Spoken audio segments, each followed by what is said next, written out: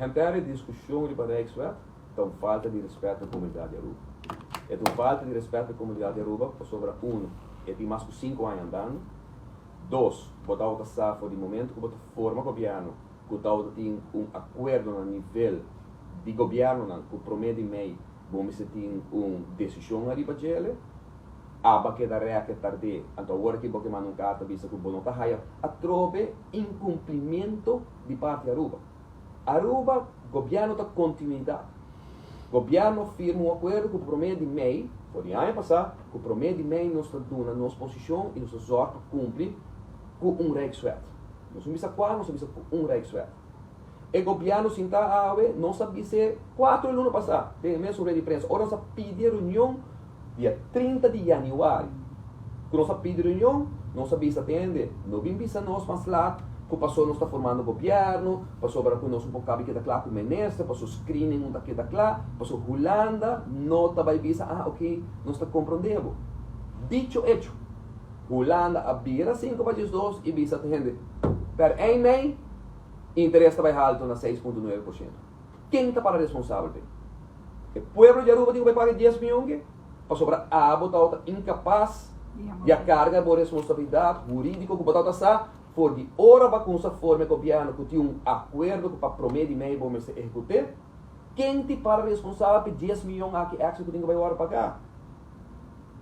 Da Grêmio não está. Estudante que digo fosse verá e punta e outra fração tem parlamento. PC não apoia a reunião pública.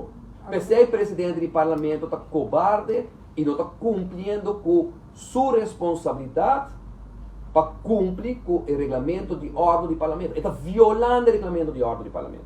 Mas se você silenciar a PPA, se você purva silenciar, você não pode silenciar a PPA nunca. Você não está seguindo na nossa opinião, arriba uma realidade que tem. Agora ele uma pergunta, não está existir algo para a lei e para o parlamento de Aruba e para qualquer governo sentado na Terra, outro ministro que está atendendo com o assunto de reino que o primeiro-ministro Eiman.